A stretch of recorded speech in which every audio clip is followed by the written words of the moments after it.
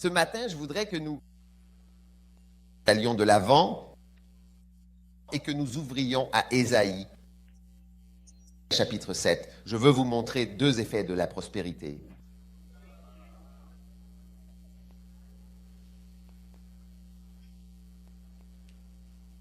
L'un d'eux, et je crois vraiment, sincèrement, absolument, que ce sera l'effet que Dieu va produire. La plupart des gens sont en fait affectés négativement par le fait d'être bénis. D'accord?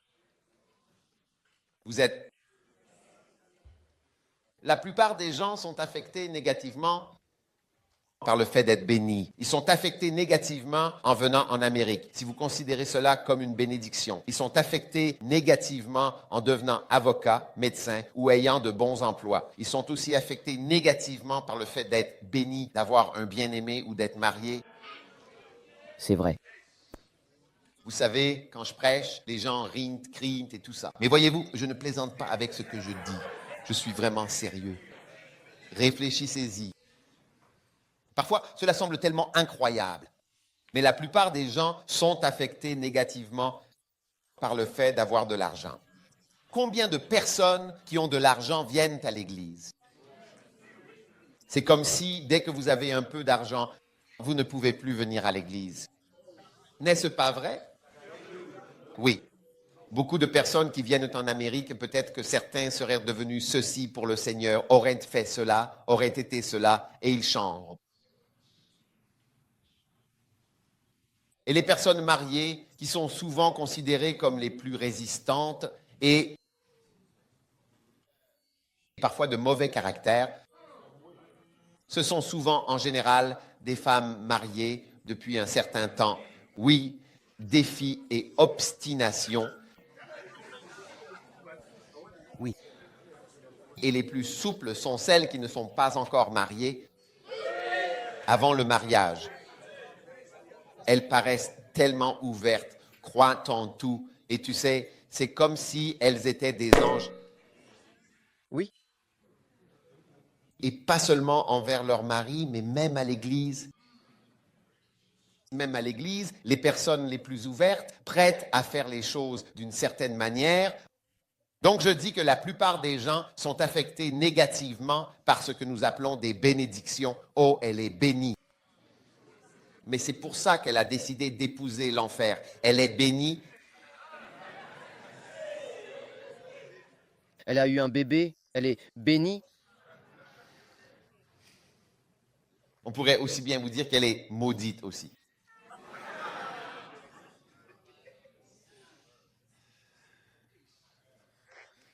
Mais Jésus n'est-ce pas à l'effet que la prospérité devait avoir sur le Seigneur Jésus était, il est important de noter, tout à fait différent. En d'autres termes, pour le Seigneur Jésus, cet effet n'était pas le même que pour d'autres.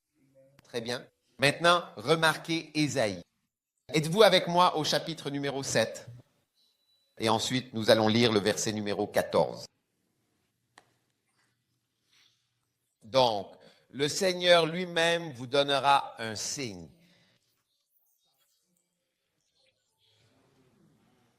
Amen. Quel est le signe?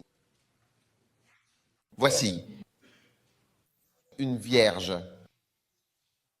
concevra et vous appellerez son nom. Emmanuel. Amen. Waouh! Est-ce que c'est Jésus? Nous parlons toujours de Jésus. C'est le meilleur, vous voyez? Et la raison pour laquelle je vous expliquais que dans Ésaïe, tous ces prophètes ne pensent pas à ce que les choses aient du sens. Vous voyez? C'est comme si juste cette partie a un certain sens. Le verset suivant n'a pas de sens par rapport à ce qui a été dit avant. Donc, à cause de cela, nous ne lisons pas ces livres. Tu comprends? Oui. Par exemple, le verset précédent dit « Est-ce peu de choses pour vous de lasser les hommes? Est-ce que tu vas aussi inquiéter mon Dieu? Quel rapport avec une vierge qui concevra? » Fils embarrassant? N'est-ce pas? Tu comprends ce que je dis? Et puis, après cela, ça change de toute façon, puis il est dit « Il mangera du beurre et du miel. » Waouh. Afin qu'il sache rejeter le mal et choisir le bien.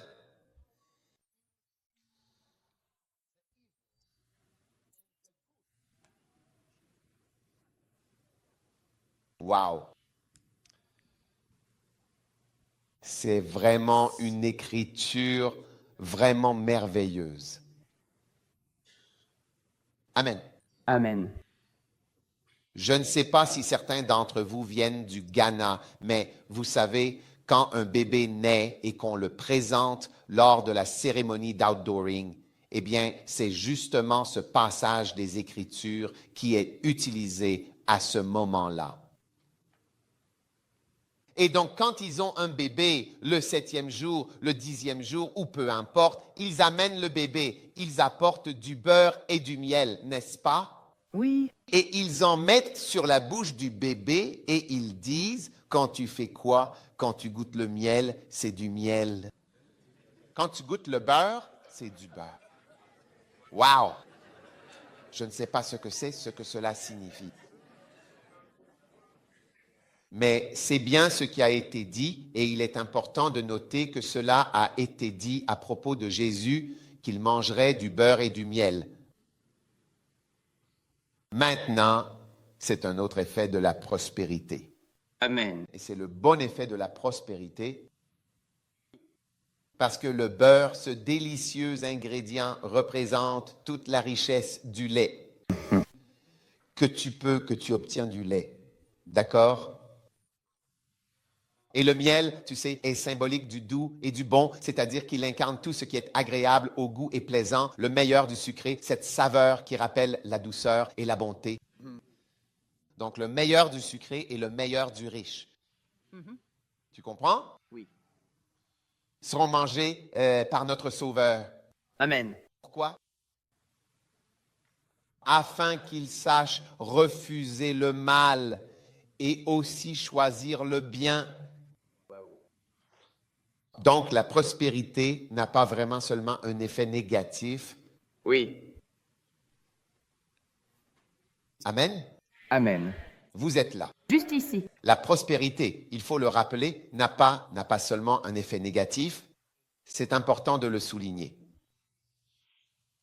D'accord, merci. Cela n'a pas seulement un effet négatif. Cela peut avoir un effet très positif Amen. sur une personne. Wow. Oui. Bien dit. Cela peut avoir un effet très, très positif, voire extrêmement bénéfique sur une personne grâce à la prospérité de cette personne. Et lorsque ces papilles gustatives ont déjà été poussées à l'extrême Wow.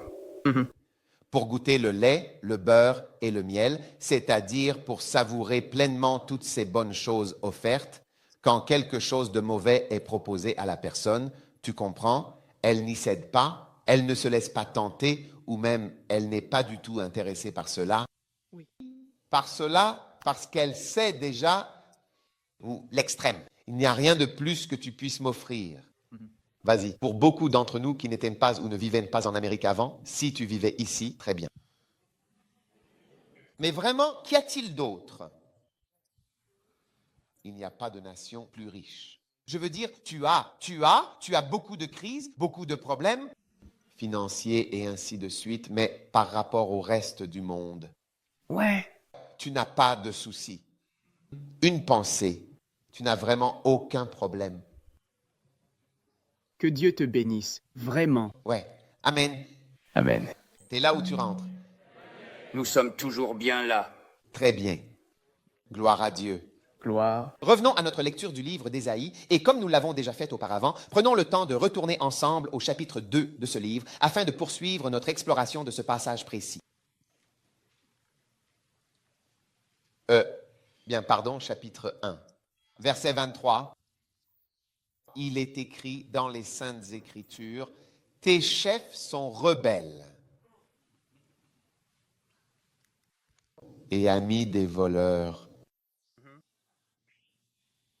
Mi voleur. Chacun aime les présents, c'est bien connu. Cherche à obtenir des récompenses.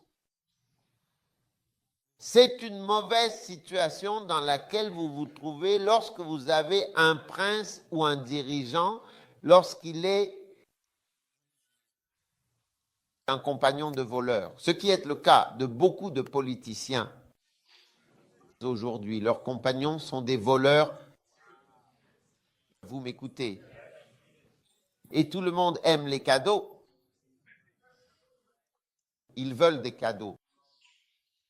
D'accord? Tout le monde veut que vous offriez un cadeau. Rien n'est fait parce que c'est bon pour le pays. Ce n'est jamais fait parce que c'est bien. Toute personne qui vient au Ghana pour faire des affaires ou pour conclure un contrat, souvenez-vous de ces principes. Rien n'est fait parce que c'est bon pour le pays. Parce que tout le monde cherche à obtenir des récompenses. Les gens agissent parce qu'il y aura une récompense. Oui. Très bien. Ils ne jugent pas l'orphelin, car l'orphelin n'a pas de récompense ni de cadeau. Les orphelins n'ont pas de cadeau à offrir. Les veuves, ils ne défendent pas la cause de la veuve, alors que c'est la veuve qui a besoin d'aide. Pas toi, on ne va pas te donner de l'argent. Donc, les personnes qui sont en bas, qui sont démunies, sont toujours oubliées par ce type de dirigeant. Et quand il s'agit de l'Église, les pasteurs et les leaders spirituels chrétiens qui sont comme ça, d'accord, de la même manière, sont des compagnons de voleurs. Par exemple, tu peux aller et à la table d'honneur, il y aura un voleur assis là et il y est. Même les pasteurs n'y sont pas, mais les voleurs y sont parce qu'ils sont riches et chaque pasteur court après une récompense.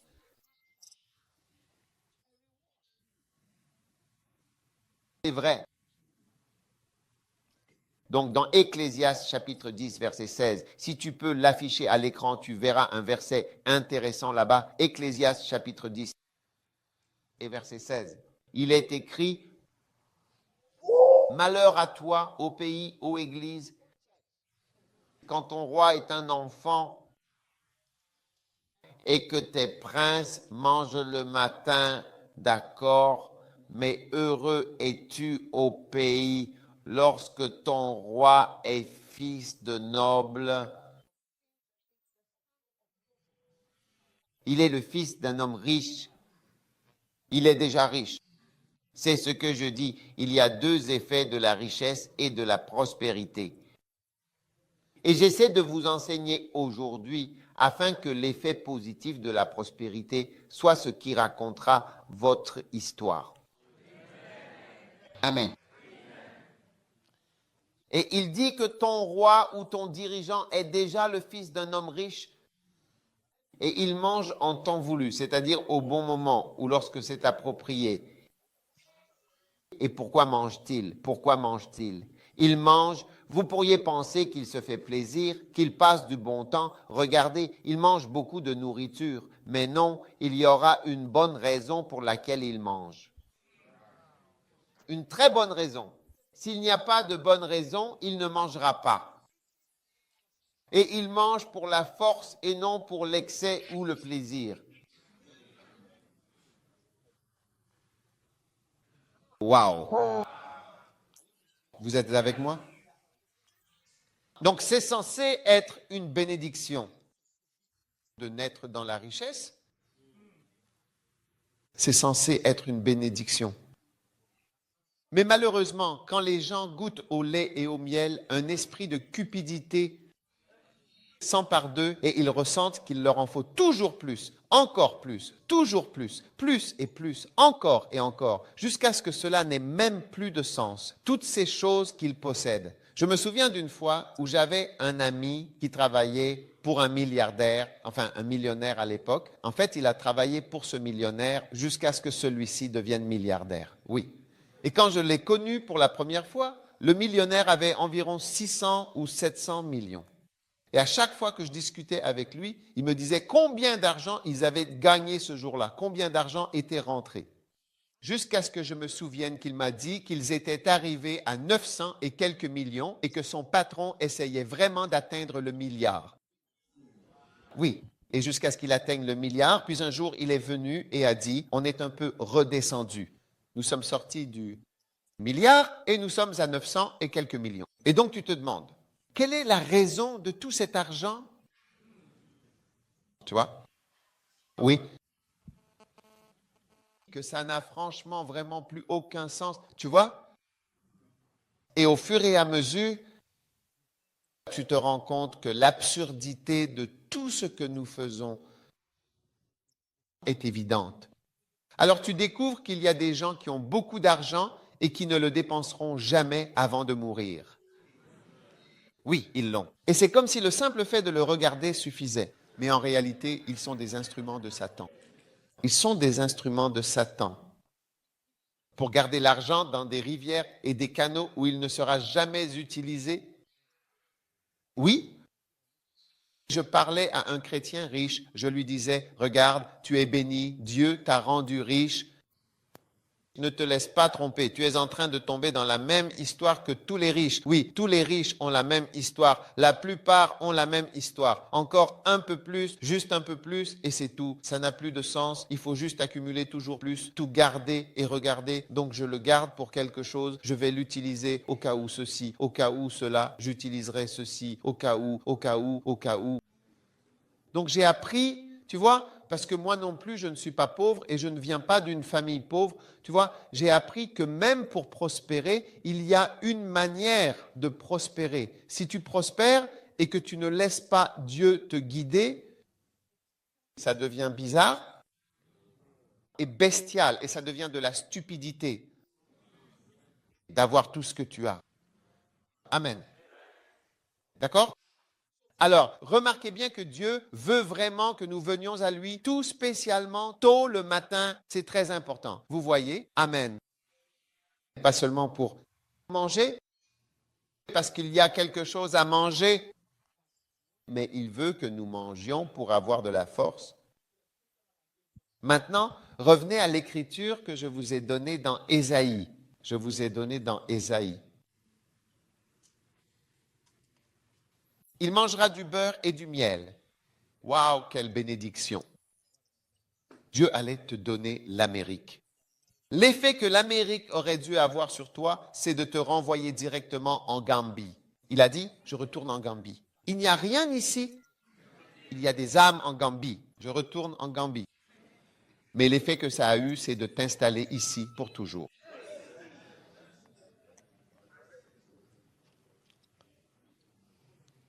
Tu vois, quand j'étais enfant, je voyageais. Même en première classe, parfois, il n'y avait personne en première classe, sauf moi et le président de la Cour suprême. Ouais. Quand j'étais enfant, mon père, et je n'étais pas seul. Je me souviens qu'une fois, j'étais seul parce qu'il était venu avec moi, et ensuite, je suis revenu sans lui. Alors, j'étais de retour en première classe, et il n'y avait que 2 personnes, moi-même et le président de la Cour suprême du Ghana. Quand j'étais enfant, oui, j'ai mangé du beurre et du miel. Oui, je suis le fils d'un homme riche. Oui, et le fils d'une femme riche. J'ai été surpris d'apprendre que je n'étais pas venu ici l'an dernier.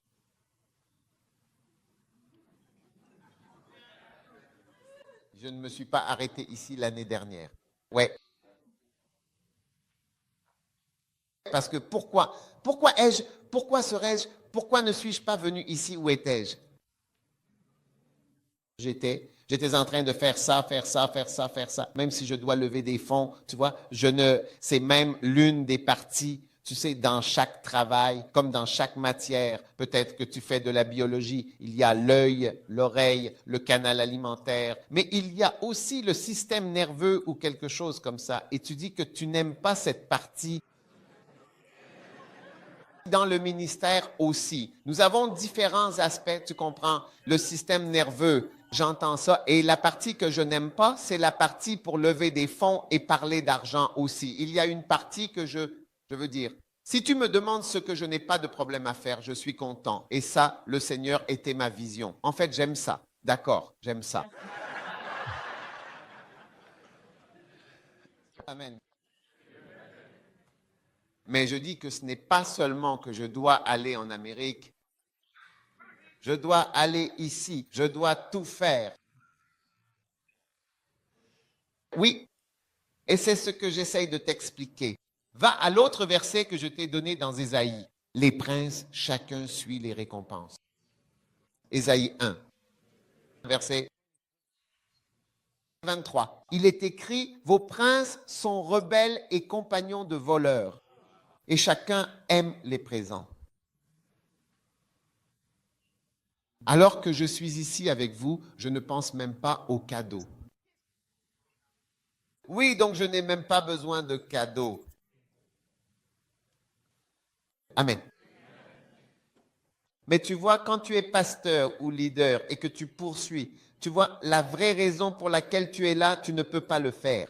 Tu ne peux même pas dire les choses que tu dois dire. Tu ne peux même pas prêcher. N'est-ce pas étonnant? Est-ce vrai ou non? Et ensuite, ils ne jugent pas l'orphelin. C'est comme les gens qui n'ont rien. Je perds la tête. Et je suis ici pour vous dire que Dieu vous a donné du beurre et du miel, au moins par rapport à 99% du monde entier. Tu vois, j'ai rencontré une certaine personne riche. La personne disait, il y a tellement de choses, il faut que je fasse ceci, je fais cela. Et il y a toujours une histoire, tout comme quand tu rencontres des Européens. Ils ont un certain nombre de choses qu'ils disent pour expliquer pourquoi ils ne croient pas en Dieu. Et les riches ont une certaine liste de choses qu'ils vont dire. Je peux même l'écrire pour toi avant que tu ne parles.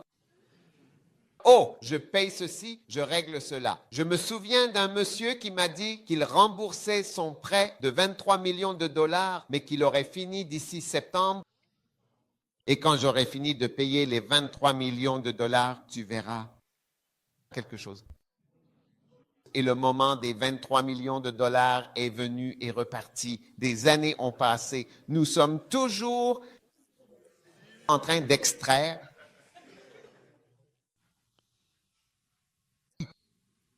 Donc, les riches ont un certain schéma de ne pas faire certaines choses. Et je dis cela parce que vous êtes ici. Les riches disent qu'ils ne sont pas riches. Les riches disent qu'ils doivent payer ceci. C'est la chanson standard des riches. Et je vous le dis, tous en Gambie veulent être Pew. Pasteur John. Oh, tu ne penses pas? Je suis allé dans ton pays. Tout le monde au Canada voudrait être ici. Selon ce que j'ai vu là-bas. Mais si je viens te voir aujourd'hui, tu diras que tu n'es pas riche, que tu es en train de régler une ou deux choses. N'est-ce pas vrai? Ou tu veux prendre ton papier et écrire ce que tout le monde va dire avant qu'on ne leur demande, pour qu'on sache ce qu'ils vont dire. On sait déjà ce que tout le monde va dire. Eh bien, tu sais, en fait, tout le monde va dire des choses assez particulières. Oui, qu'en penses-tu? N'est-ce pas vrai? Je veux dire, si on pouvait juste prendre une feuille et écrire ce que les gens vont dire. Quand tu dis que Dieu t'a béni et t'a donné, oh oui, mais j'ai besoin d'un peu de temps. Payer, trier, et puis faire. Finir et régler. S'occuper de régler, planifier. Et, Seigneur, aie pitié. Pour que je puisse te donner pour écrire ta chanson. Alors Dieu m'a dit, dis aux gens qu'ils sont bénis, dis aux gens que je t'ai donné du lait et du miel. Ne dis pas, je ne le suis pas. Dis-le maintenant. Sekou, ne le dis pas plus tard. Ne me dis pas que je devrais en parler plus tard, alors que tu es en train de régler des choses. Combien d'années vas-tu encore régler des choses? Sekou, tu te souviens quand tu étais à Nungwa? Tu n'avais même pas de voiture. Et je te déposais chez toi le soir. Et tu es encore en train de régler des choses ici en Amérique.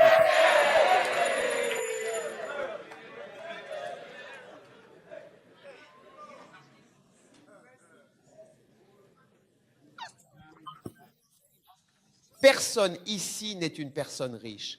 Personne ici n'a d'argent. C'est toujours comme ça que ça paraît. Et même les plus riches sont pareils. Les plus riches peuvent tout avoir. Tu entends encore dire, oh, il me faut encore ceci ou cela. Parce que chaque milliardaire qui a 700 millions vise 750 millions, puis il vise 800. Il n'a jamais assez d'argent.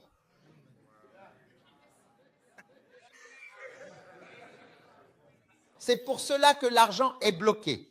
Alors pour moi, j'ai décidé, j'ai dit, Seigneur, tout ce que tu me donnes, je veux le sortir et l'utiliser. Je veux mourir avec 0 sur mon compte en banque. Je ne veux pas avoir de compte en banque quand je serai mort. Oui, je veux sortir tout ce que j'ai. Je veux tout mettre à disposition. Il y a quelque temps, le Seigneur me disait, sors tout ce que tu as. Exactement comme quand tu as commencé à la faculté de médecine. Tu as sorti tes enceintes. Tu as sorti ton amplificateur, tu as sorti ta voiture, tu as tout sorti et tu as tout utilisé pour mon œuvre. Apporte tout ce que tu as et mets-le au service de mon œuvre. Ne garde rien, ne cache rien. Oui. Parce que j'ai fait cela et le Seigneur me l'a montré. Il a dit, quand tu avais ce que tu avais, c'était très peu. Tu as tout sorti. Le système de sonorisation, je l'ai sorti et je l'ai utilisé pour l'église au lieu de le garder comme mon système de son pour mon salon, pour quand je me marierai, ce qui approchait.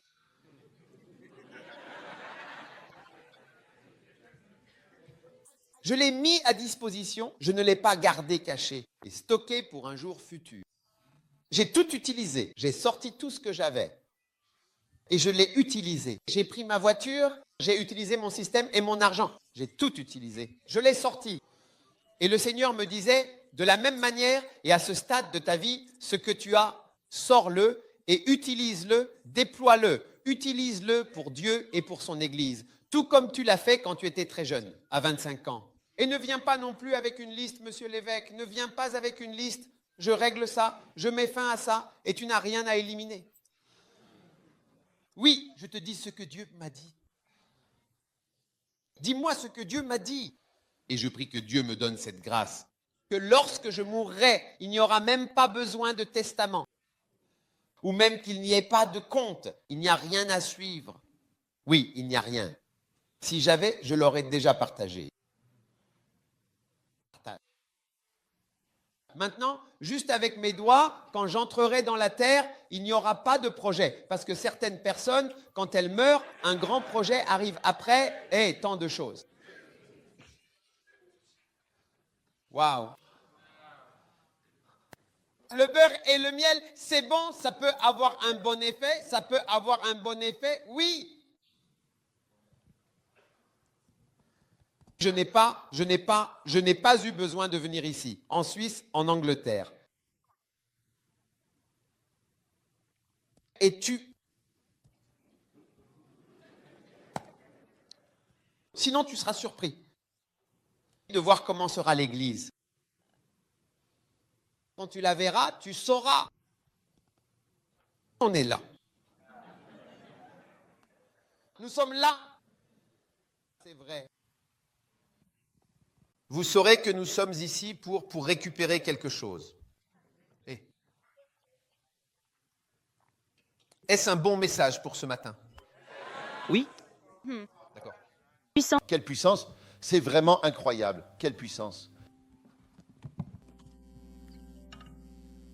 Il semble que vous ayez eu un bon message ce matin. Waouh!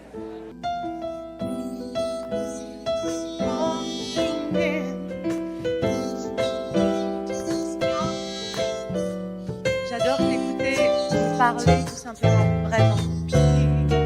Et j'ai envie de te parler.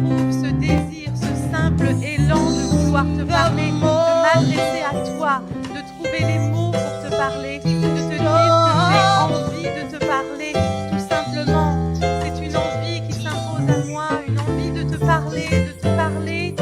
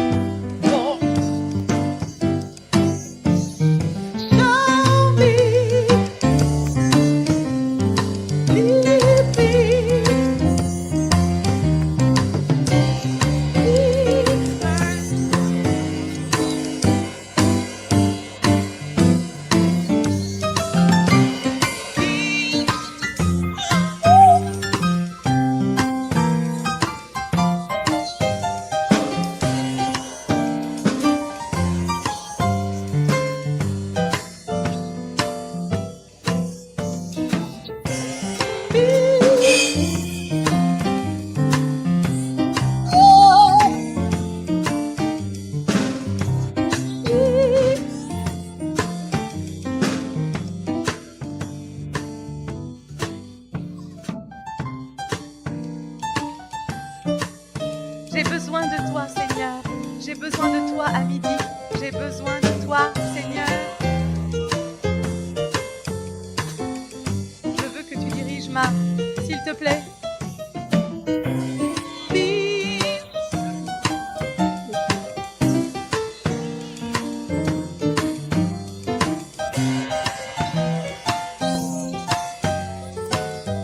Je veux que tu diriges ma.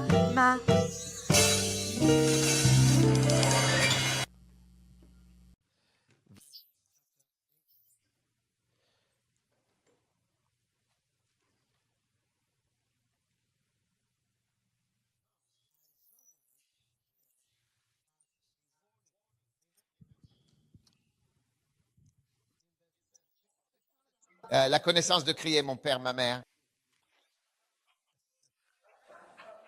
Les richesses de Damas ainsi que le butin provenant de la ville de Samarie seront emportés et présentés devant le roi d'Assyrie. À présent, il se sert de l'enfant, c'est-à-dire de ce jeune garçon dont il est question, pour donner une chronologie à certaines choses, n'est-ce pas? Il utilise donc cet enfant comme repère temporel afin de situer ces événements dans le temps. Oui, tout le monde dit chronologie.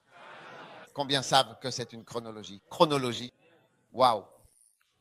Combien ont vu ce film Time Out? Dans le temps. Oh, c'est un film de Makana que vous devez absolument voir dans le temps. Dans le temps, c'est l'un des films de Makana. Est-ce que tu vas le prendre? Note-le. Ça s'appelle Time Out. Assure-toi de le regarder. Dans ce film, d'accord. Ah, d'accord, la monnaie, c'est le temps. Oui. Oui, la monnaie, c'est le temps. Tu ne travailles pas pour de l'argent. Tu travailles pour du temps. Quand tu vas travailler, tu peux recevoir 2 mois de salaire. Oui. Et ils te le mettent sur la main. Oui. Et tout le monde naît avec 25 ans à vivre. Alléluia. Et à la fin des 25 ans, tu vois qu'il te reste 1 an, 6 mois. Combien il reste? Dès que ça arrive à 0, 0, 0, alors tu meurs. À moins que quelqu'un ne te donne un peu de temps. Et quelqu'un peut te donner du temps. Et les plus riches ont beaucoup de temps. Ils peuvent avoir 1 siècle. Oui.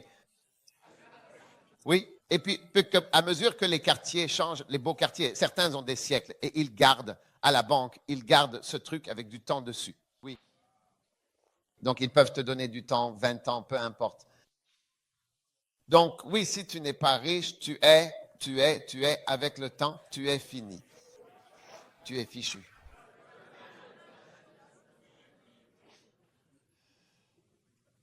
C'est ça. Maintenant, écoute, il a dit. Tu vois, cet enfant est un signe. L'une des choses que les chrétiens ne reconnaissent pas aujourd'hui, ce sont les signes. Quand des choses se produisent, c'est une indication du temps. Est-ce pas? Oui. C'est une indication de quelque chose, c'est-à-dire un signe ou une manifestation qui se produit. Donc, dès que l'enfant naît, d'accord, il va, comme on le constate généralement, commencer à marcher et il va aussi dire ces mots, maman et papa. Et ça te donne combien de mois? Pédiatre, dites-moi combien de temps cela va-t-il prendre? Environ 12 mois pour dire, mon père, combien de temps selon vous? Pour crier, mon père. Dada et maman. Pas dada, mon père.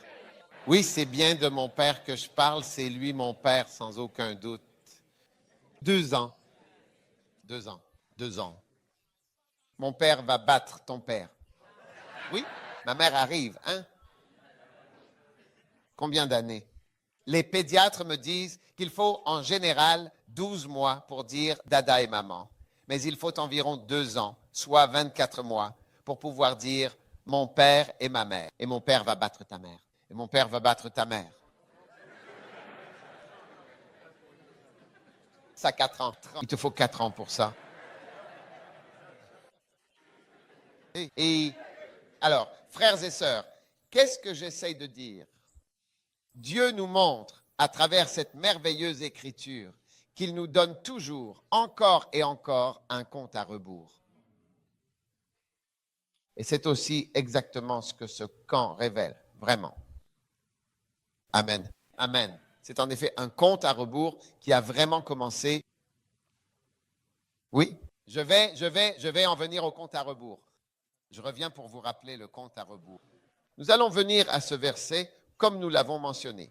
Mais le verset suivant, qui vient juste après, est aussi en réalité juste un petit avertissement, ainsi que le verset d'après, c'est-à-dire le verset 6. Il est dit, parce que ce peuple refuse les eaux de Chiloé qui coulent doucement, tranquillement. Hein? Je leur ai donné des messages apaisants. Ils ont refusé les eaux paisibles de Siloé qui coulent doucement et se sont réjouis en Raisin et le fils de Rémalia. Continuez. C'est pourquoi maintenant le Seigneur fait venir sur eux les eaux du fleuve, très puissantes et nombreuses, le roi d'Assyrie et toute sa gloire. Il montera au-dessus de tous ses canaux et il débordera alors sur toutes ses rives. Vous voyez, Dieu dit que lorsque vous refusez les eaux qui coulent doucement, ces eaux paisibles et tranquilles, calmes et sereines, alors, Amen. Alors, il va vous amener un fleuve puissant. C'est comme ça que sont toutes nos vies. Il y a une belle rivière douce.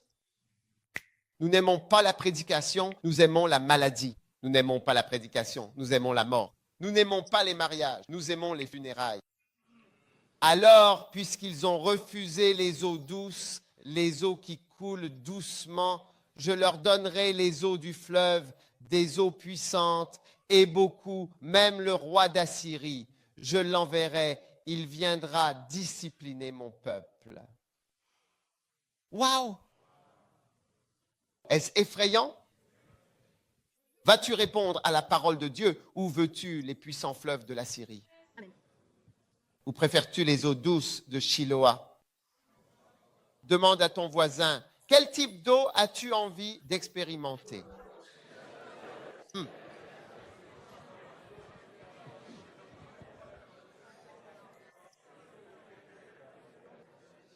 Hey, Il y a de l'eau douce à Shiloah. Amen. Amen. Maintenant, je veux juste terminer ce petit point ici. Voilà, finir ce point-là avant de passer à la suite. Donc, je vais prendre un instant pour bien. Est-ce que notre DVD est prêt cette fois? Peut-il être lancé? Très bien, gloire à Dieu. Alors maintenant, je vous disais, mes chers amis chrétiens, que si Dieu le veut, si telle est sa volonté, Dieu m'a donné la vision, la conviction profonde de gagner 100 millions d'âmes, d'essayer de tout mon cœur d'aller au ciel avec 100 millions d'âmes supplémentaires. Amen. Amen. Vous voyez, en fait, j'essaie vraiment, vous savez, d'y aller avec ces 100 millions d'âmes. Amen. Vous êtes d'accord, n'est-ce pas? Et il est important que nous ayons tous cette vision en tant qu'Église, parce qu'il n'y a pas de meilleure vision pour une Église que d'avoir vraiment un esprit disposé à faire la volonté de Dieu. Amen. Amen. Vous êtes là? Oui, alors. Amen. Alors, la première clé. Et je vais simplement vous donner au cours de cette réunion 7 clés. Et une fois que nous aurons vu ces 7 points ensemble, nous aurons terminé notre réunion. La toute première clé, d'accord, nous ramène au verset. Cette première clé pour gagner 100 millions d'âmes, amen, c'est de reconnaître qu'il y a une chronologie, c'est-à-dire qu'il existe un ordre dans le temps et aussi une horloge qui tourne très, très vite, ce qui veut dire que le temps passe rapidement. Amen. Alors, mon cher vidéaste, peux-tu revenir au verset 4? Avant que l'enfant ne sache crier, mon Père est mon Père. Voilà. C'est ce dont nous avons réellement besoin aujourd'hui, spirituellement, de reconnaître que des temps ont été fixés. Amen. Maintenant, je suis dans la quarantaine et si le Seigneur m'accorde sa grâce, j'aurai bientôt 50 ans. Alors, pour moi, atteindre 50 ans, cela signifie quelque chose de similaire à ce qui est dit dans ce verset. Parce que cela veut dire que, d'une certaine manière, une phase du ministère touche à sa fin. Parce que si vous lisez Nombre chapitre 8, lisons Nombre chapitre 8, le dernier verset, ou l'avant-dernier. Nombre 8. Qui est l'homme à l'écran là-bas? Tu devrais être rapide. J'ai un gars au Kodesh, il est rapide comme l'éclair. Avant cela. 24, 25. Vite, vite, vite, vite. D'accord. Oui. Remarquez le verset 24. Voici ce qui concerne les Lévites depuis l'âge de 25 ans et au-dessus. Pour ma part, c'est à l'âge de 25 ans précisément que j'ai commencé à exercer la fonction de pasteur, ce qui marque un moment important dans mon parcours personnel et spirituel. Oui. Ils entreront pour faire le service dans la tente d'assignation. Amen. Maintenant, je parle de moi parce que je suis votre leader, je suis votre pasteur. Oui, votre pasteur. Donc, ce qui m'arrive vous affecte. Vous ne savez peut-être pas comment cela vous affecte, mais cela vous affecte de manière très réelle. Vous comprenez? Oui, cela vous affecte. Et puis, à partir de l'âge de 50 ans, C'est ça. ils cesseront d'exercer ce service, ce qui signifie qu'ils arrêteront complètement d'accomplir cette tâche spécifique et ils ne serviront plus.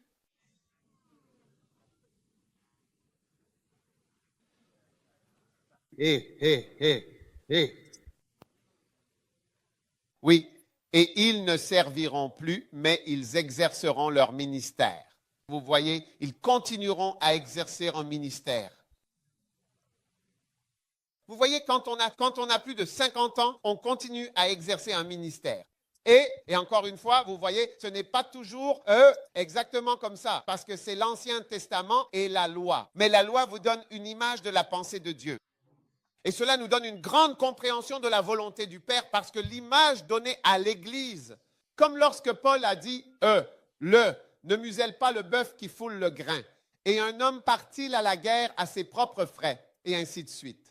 Et toutes ces choses se trouvent dans la loi. Il dit, la loi ne dit-elle pas toutes ces choses? Toutes ces choses qui sont écrites dans la loi sont là pour nous donner l'image et le modèle de la volonté de Dieu. Oui. Elles nous montrent ce que Dieu veut. Vous voyez, une personne qui sert Dieu, il faut servir Dieu en étant jeune. Oui, un jeu, c'est jeune, j'y jeune. Vous voyez, les meilleures années de votre vie sont de 25 à 50 ans. C'est la période fertile. Vous voyez, même une femme à l'âge de 50 ans, ses règles sont terminées. C'est fini pour vous. Je veux dire, c'est tout. Vous en avez fini. Je veux dire, vous ne pouvez plus avoir d'enfants. C'est à ce moment-là que vous pouvez porter du fruit. C'est le meilleur moment. Donc, il n'est pas surprenant que même pour le ministère, Dieu choisit cette même période. Amen. Cette même meilleure période pour le ministère. Il ne choisit pas la retraite. Amen. Waouh. Y avez-vous déjà pensé? Oui. C'est même à ce moment-là que nous avons le plus de désirs sexuels et le plus de tentations physiques, plus de tensions et plus de problèmes dans le mariage. Je veux dire, le stress financier, tout se passe à cet âge. À 50 ans, ceux qui ont du potentiel ont du potentiel. C'est vrai. Oui. Oui. Les gens qui ont prospéré, qui ont construit des maisons et tout ça, à 50 ans, ils l'ont. S'ils doivent l'avoir, ils l'ont déjà. Si tu ne l'as pas, il est peu probable que tu l'aies. Wow. Est-ce que vous m'écoutez? Je vous prêche. Ici, il est écrit matin. C'est le matin ici. Aujourd'hui, c'est vendredi, n'est-ce pas? Et je prêche cela à... Je suis en Amérique. Et je vous explique un verset qui nous dit clairement que c'est véritablement le meilleur moment, même naturellement parlant, pour donner naissance, pour le ministère, pour tout. Et vous voyez, Dieu a même dit qu'ils vont... À partir de l'âge de 25 ans, revenez en arrière, revenez en arrière, revenez en arrière, revenez en arrière. À partir de l'âge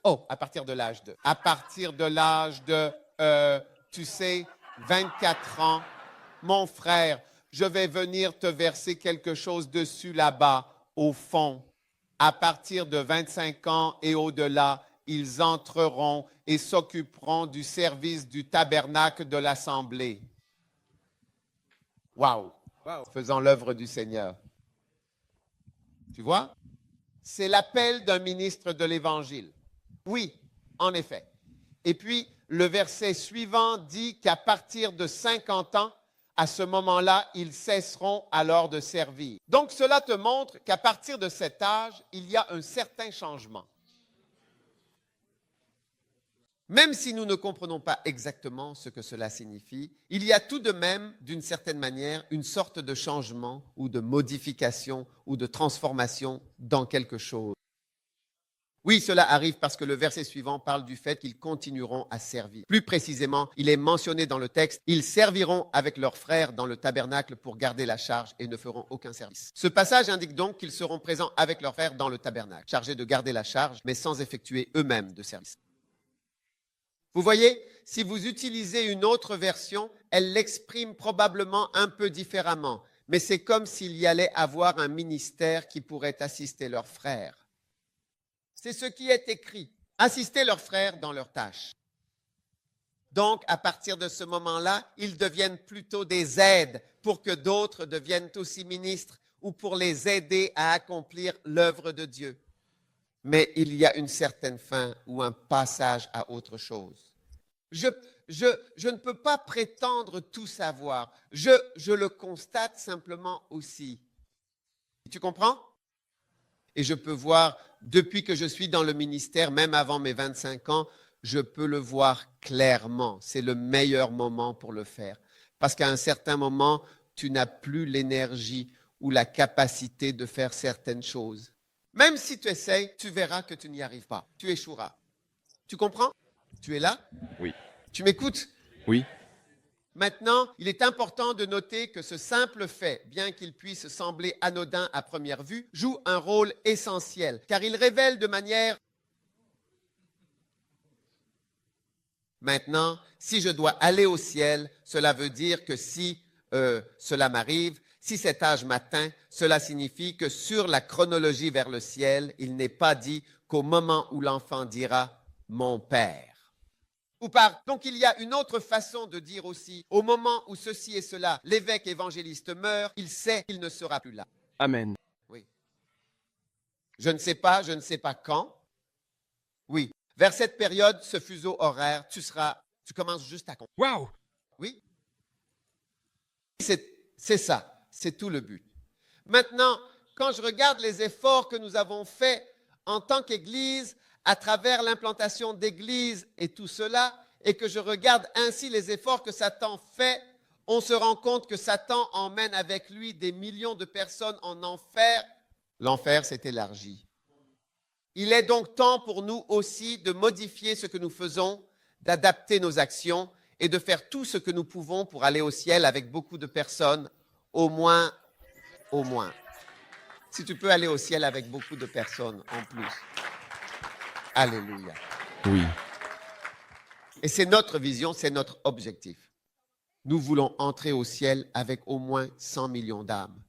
Peut-être que Dieu nous bénira tellement que cette vision s'accomplira et que nous en aurons une autre. Amen. Oui.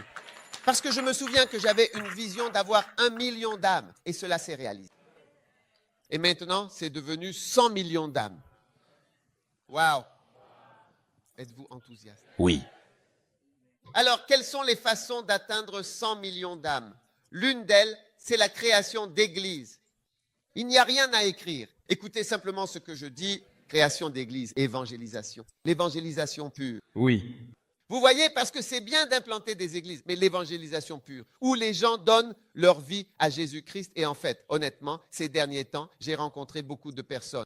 Donnez-moi une chaise. Quelqu'un? Donnez-moi une chaise. J'ai rencontré beaucoup de personnes qui ont été sauvées lors de croisades. Oui. En fait, les gens ne disent même pas qu'ils ont été sauvés. Et un jour, quelqu'un viendra te dire, tu sais, parce que je prêchais à Lagon l'autre jour et je prêchais là-bas. Quand je prêche, j'aime lever la main comme ça. Je dis, regardez ma main, regardez-la. Je suis venu vous inviter. Dieu, regarde-moi. Je suis venu vous inviter. Alors venez. Alors, quand j'ai fini de prêcher, un jeune homme est venu me voir. Il a dit, évêque, il y a 8 ans, tu vois comment tu as levé la main. J'ai dit, je ne t'ai jamais vu avant. Je n'étais pas chrétien, j'étais là. Tu as levé la main exactement ce que tu as fait ce soir. Il a dit, regarde ma main. Dieu m'a envoyé pour t'inviter. J'étais là, viens, et je suis venu pour ça. Et aujourd'hui, il a dit, aujourd'hui, je suis pasteur. Il est pasteur maintenant.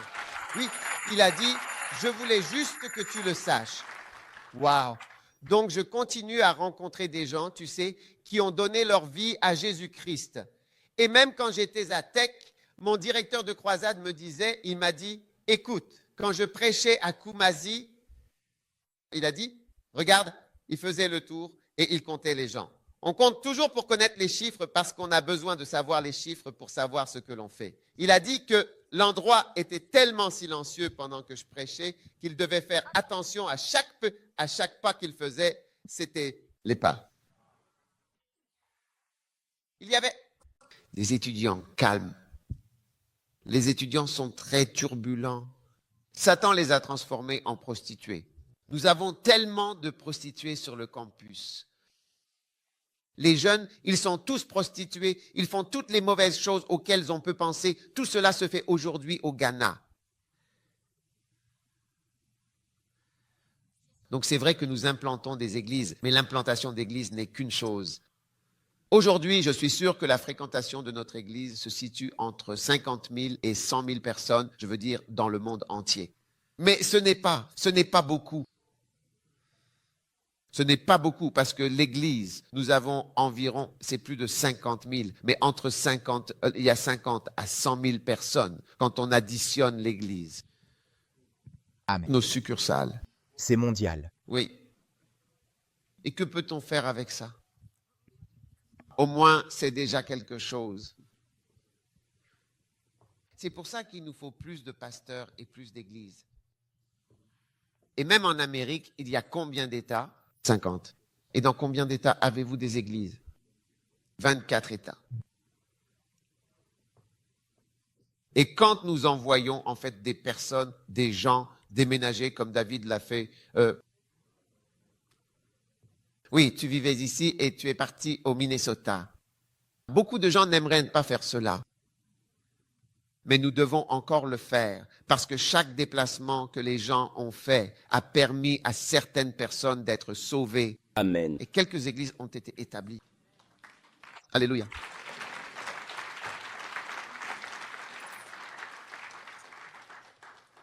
Combien du Minnesota sont ici? Une seule personne. Waouh.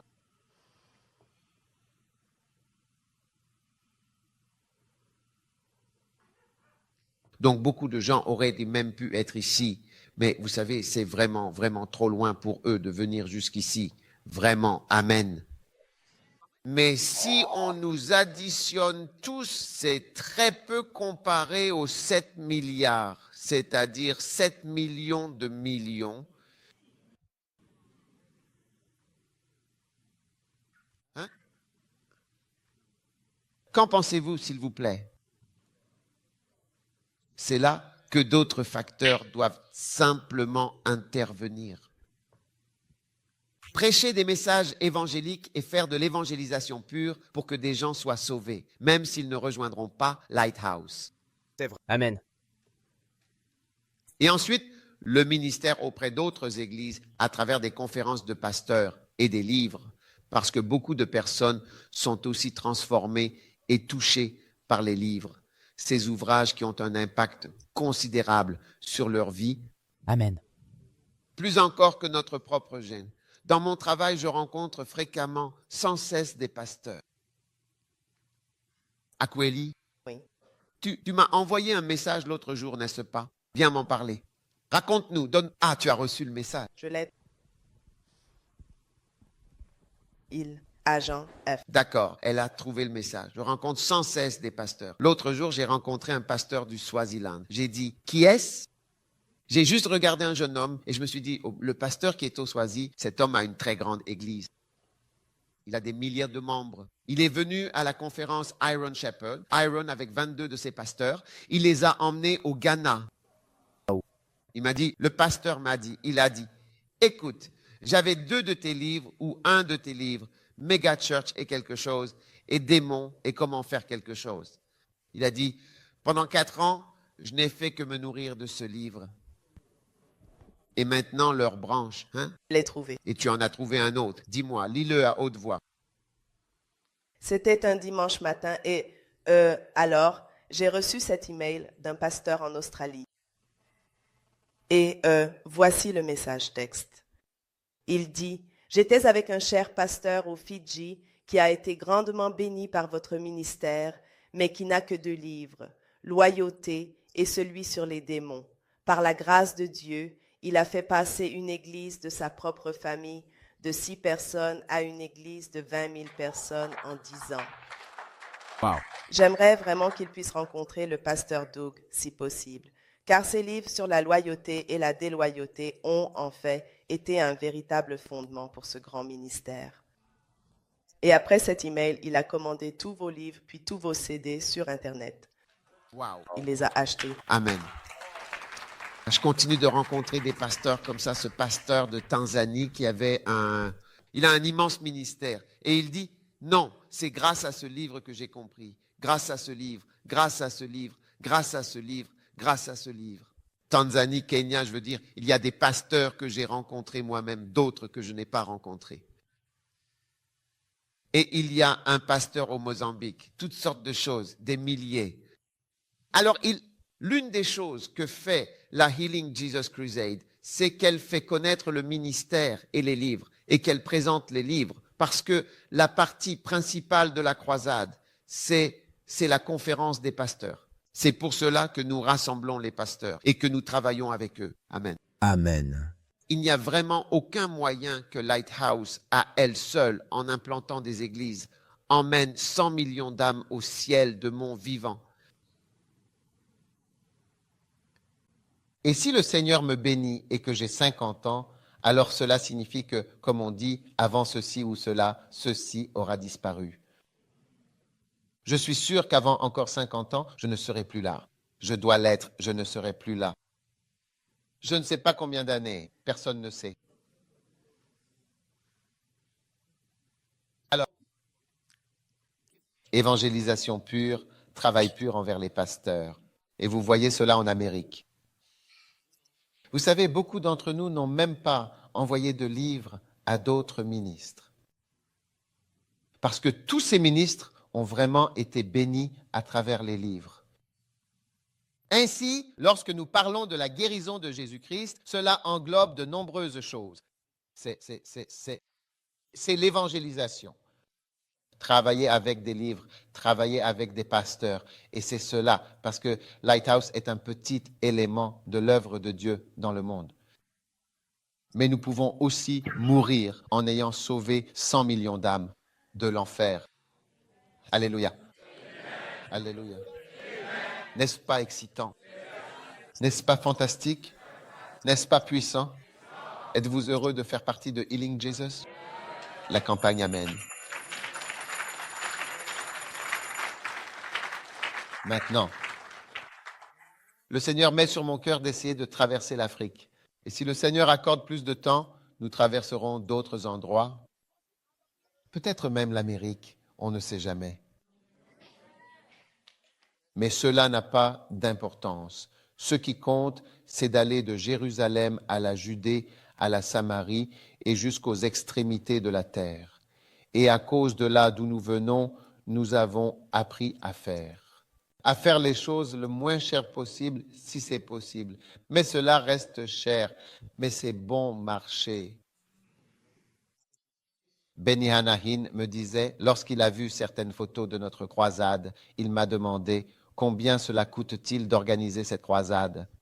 Il a dit, waouh, je n'arrive pas à imaginer la somme d'argent qu'il faudrait pour organiser toutes ces croisades dans ces endroits. Oui, ils ne peuvent pas parce qu'ils ne savent pas. Certaines choses dont nous bénéficions du fait d'être de là-bas. Avec moi? Oui. Donc, vous voyez, il y a des avantages et des inconvénients à tout. L'Américain moyen, il ne peut pas facilement comprendre quoi faire en Afrique. Oui. Et vous voyez, il y en a de moins en moins. Même Benny Hana a arrêté d'organiser des croisades. Il se contente de faire sa conférence et si vous l'invitez, je ne sais pas s'il fait encore des croisades aujourd'hui, mais ce n'est plus comme avant et Bonnke a pris sa retraite. Complètement à la retraite. Et si tu vas en Afrique, et je parle juste de l'Afrique parce que c'est la prochaine destination, mais je crois qu'un jour nous aurons aussi beaucoup de croisades en Amérique du Sud. Oui, c'est ce en quoi je crois en Dieu. La même chose, nous le ferons là-bas par la grâce de Dieu. Dieu nous donnera du temps. Amen. Et pas fini jusqu'à la fin. Alléluia. Amen. Alors je veux que nous ayons cela collectivement dans nos cœurs. Et je disais à quelqu'un, vous voyez, l'onction dans ce ministère est aussi une onction pour la richesse. Mais c'est une onction pour la richesse sans prêcher sur la richesse. Oui. Parce que, comme je donnais un exemple, je suis allé dans une église annexe et j'ai simplement levé, oui, plus de 50 000 $. Je ne prêche jamais sur la richesse. Je prêche sur autre chose tiré de l'un de mes livres. Oui. Donc, tu vois, mais cela permet de récolter de l'argent. Tu sais donc ce que je veux dire, c'est que la parole de Dieu, nous n'avons pas besoin de parler tous les jours d'argent, argent, argent, argent, argent, argent. Si nous nous concentrons sur travailler pour le Seigneur, je crois qu'à travers la puissance de Dieu, Dieu prendra soin de toutes les choses dont nous avons besoin. Amen. Oui. Et j'essaye de me concentrer sur travailler pour le Seigneur, travailler pour le Seigneur, travailler pour le Seigneur, travailler pour le Seigneur. Et je crois que cela aura un bon effet sur nous. Amen. Alors, regardons cette courte vidéo rapide qui n'a pas pu fonctionner hier. Espérons que ça marche aujourd'hui. Lumière éteinte et son. Et voyons, c'est juste 2 minutes.